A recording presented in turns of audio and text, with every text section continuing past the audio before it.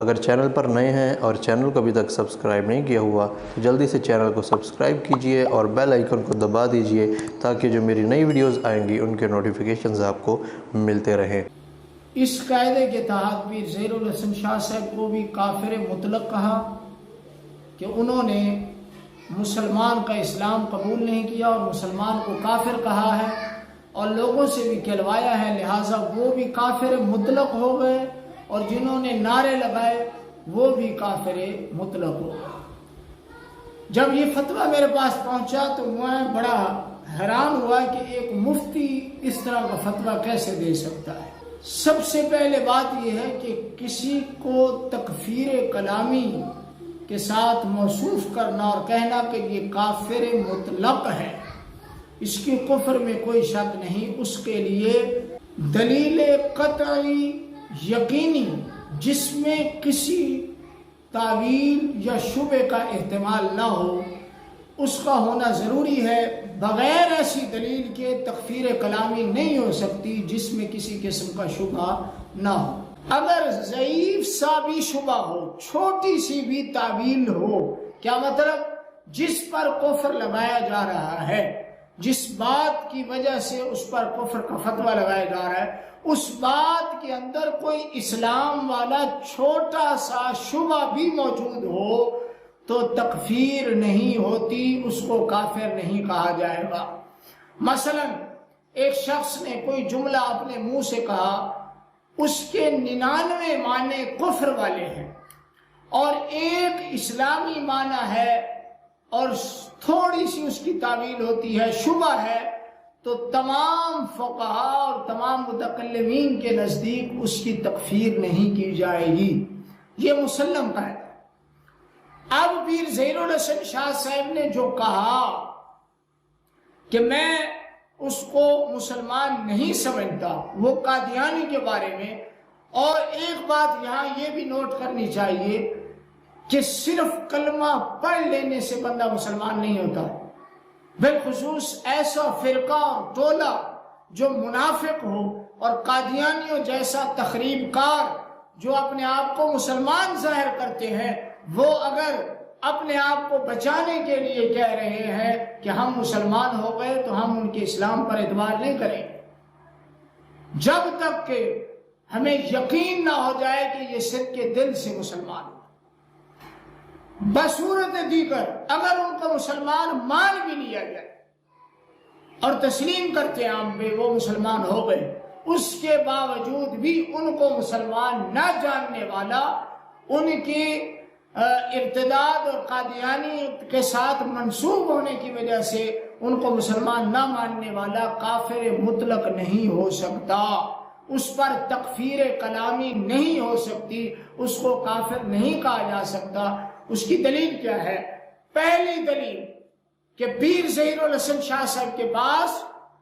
ان کے اس بات کی تعویل موجود ہے، وہ یہ کہہ سکتے ہیں کہ منافقانہ رویے میں یہ قادیانی مشہور ہیں، انہوں نے صرف اپنے آپ کو بچانے کے لیے کلمہ پڑھا۔ تو بتاؤ، عبدالغفور صاحب سے میں کہوں گا، بتاؤ اس تعویل کے بعد ان پر کفر کا اطلاق ہوگا، تکفیر کلامی ہوگی؟ کیا یہ شبہ نہیں ہے؟ وہ پیش نہیں کر سکتے تعویل، تو پھر آپ نے کس طرح یہ تکفیر کی؟ نمبر 2، آپ نے کہا الرضا بالکفر کفر، کہ پیر ظہیر الحسن شاہ صاحب نے ان کے کفر پر رہنے کو اچھا سمجھا،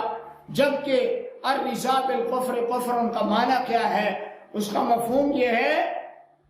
کہ جس نے کافر کو کفر پر رکھا، یعنی کافر نے کہا میں مسلمان ہونا چاہتا ہوں، وہ کہتا ہے نہیں نہیں تو اچھا ہے، صحیح ہے، اپنے دین پر ہے، یا وہ کہتا ہے کہ جو تو کفر پر ہے تیرا کفر تمہارے لیے باعث عذاب نہیں ہے، جس طرح ہم جنت میں جائیں گے تو بھی جائے گا، یا وہ کہتا ہے کہ کافر کو وہ پسند کرتا ہے اس کے کفر کی وجہ سے، تو اس وقت کہا جائے گا الرضا بالکفر کفر، لہذا یہ شخص بھی کافر ہے۔ پیر ظہیر الحسن شاہ صاحب نے کہا کہ میں تسلیم ہی نہیں کرتا کہ یہ مسلمان ہے، پھر الرضا بالکفر کفر کیسے لازم آئے گا؟ وہ تو تب ہوتا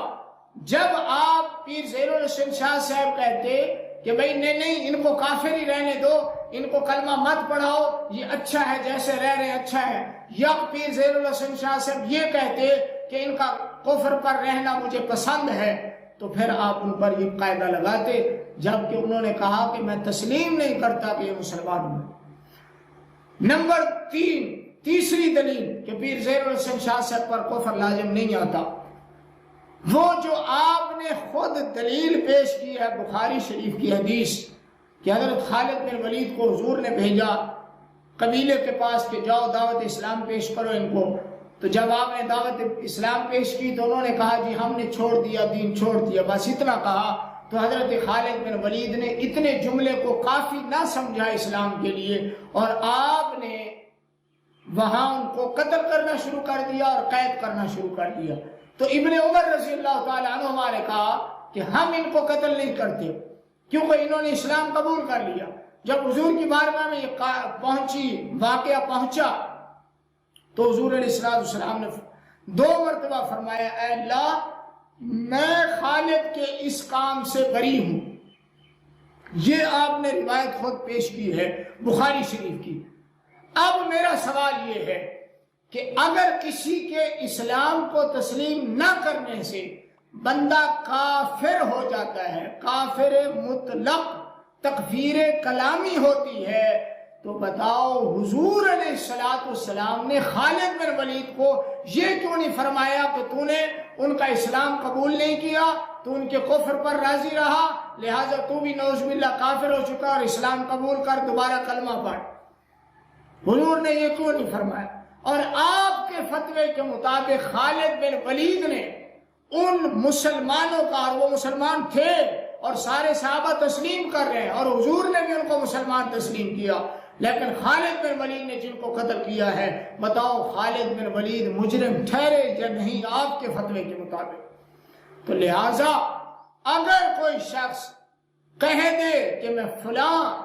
قادیانی کو جو مسلمان ہوا ہے مسلمان نہیں سمجھتا، تو اس کی کافر تکفیر کلامی نہیں ہوگی، اس کو کافر مطلق نہیں کہا جائے گا۔ پھر آپ نے کہا کہ جتنوں نے نعرے لگائے نعوذ باللہ وہ بھی اس کی تائید کر رہے ہیں، کفر پر خوش ہو رہے ہیں۔ میں حیران ہوں کہ آپ کو مفتی کس نے بنایا کہ عوام جن کو پتہ ہی نہیں ہے کہ یہ کفر ہے کیا اور یہ بات کفر ہے یا نہیں، وہ اگر تصدیق کر رہی ہے تو اس پر آپ نے کیسے کفر لازم قرار دے دیا نعوذ باللہ؟ جبکہ سیدنا پیر میل شاہ سے فرما رہے ہیں اگر کوئی بات کفر ہے اس وقت تک اس کی تصدیق کرنے والے کو کافر نہیں کہا جا سکتا جب تک اس کو یہ معلوم نہ ہو کہ اسلام کے اندر یہ کفر ہے،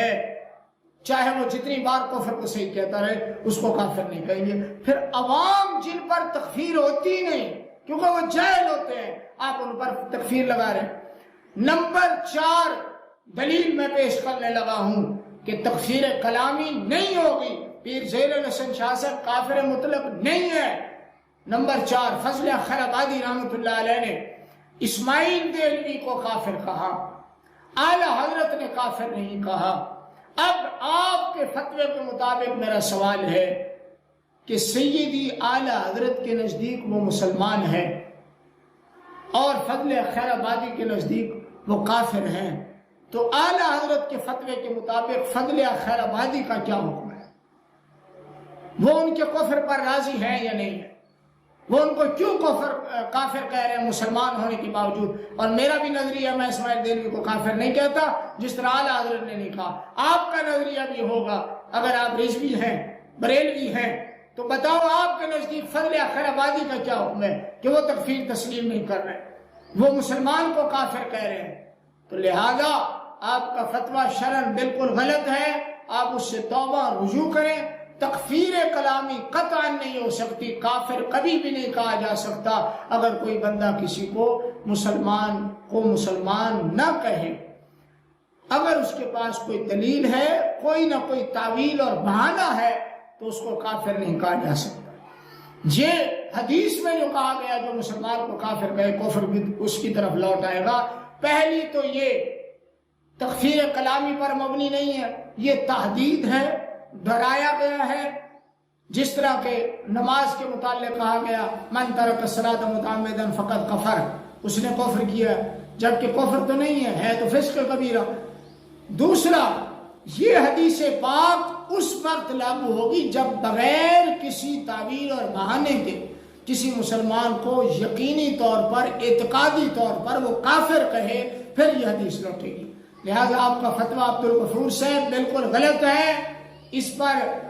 آپ کو چیلنج ہے، آپ تحقیق کریں اور مفتیان کرام سے میری اس ویڈیو کے بعد ویڈیو کو بھی سنائیں مفتیان کرام کو، پھر آپ مفتیان کرام تمام سے تصدیق لیں کہ میرے اعتراض صحیح ہے یا نہیں، اس کے بعد آپ فتویٰ جاری کریں۔ تھوڑی سی میں سروس میاں جلیل کی بھی کرنا چاہتا ہوں، ڈرم کی۔ وہ ڈرم جو کہہ رہے ہیں کافر ہو چکے ہو، اور بھائی تمہیں کیا پتا ہے کفر کیا ہے، اسلام کیا ہے؟ تمہیں تو استنجو کے طریقہ کا نہیں پتا کہ سنت طریقہ کیا ہے۔ اگر پتا ہے تو آ کے بتاؤ کہ سردیوں میں کیا طریقہ ہے اور گرمیوں میں کیا ہے۔ خدا کا خوف کرو۔ تم بات کر رہے ہو ایمان اور اسلام کی، جو آج تک قادیانی کو بہن بھائی کہنے والے کافر مرتد کے ساتھ، مسلم لیگ کے ساتھ کھڑا رہا، وہ مومن ہے، تم مومن ہے؟ عبدالغفور سے جا کے پوچھ، جو قادیانی کو بھائی کہے اس کا شرعی حکم کیا ہے، اور جو اس کی جماعت میں کھڑا رہے اس کا شرعی حکم کیا ہے۔ پیڑا ہو تے پھکیاں ہو، اصل توانو درد ہو رے تحریک نال جڑا تسا انج کر رہے ہو، جے تینو کفر اسلام دے اتنی فکر ہے تے دس آج تک مسلم لیگ جڑی کافر ہے، جنہاں قادیانی نو اپنا بہن بھائی آکھے، انہاں نال تو کھلوتا رہے، انہاں نو سپورٹ تو کردا رہے، تو کتنی باری اپنا نکاح کرایا تے کلمہ پڑھیا، دس تے صحیح۔ خدا دا خوف کرو۔ انشاءاللہ اعلی حضرت غلام زندہ تحریک لبیک یا رسول اللہ تے کسی نے انگلی نہیں اٹھان دیا گے انشاءاللہ۔ لہذا یہ فتویٰ مسترد کر دیا سا، یہ فتویٰ غیر معتبر ہے، اس کے اندر کوئی ایسے دلائل نہیں جڑے یقینی اور پختہ ہون۔ مفتی عبدالغفور صاحب کی بارگاہ سے عرض کریں گے، دوبارہ سوچو بچار کرو اور اس فتوے تو رجوع کرو۔ لبیک لبیک لبیک یا رسول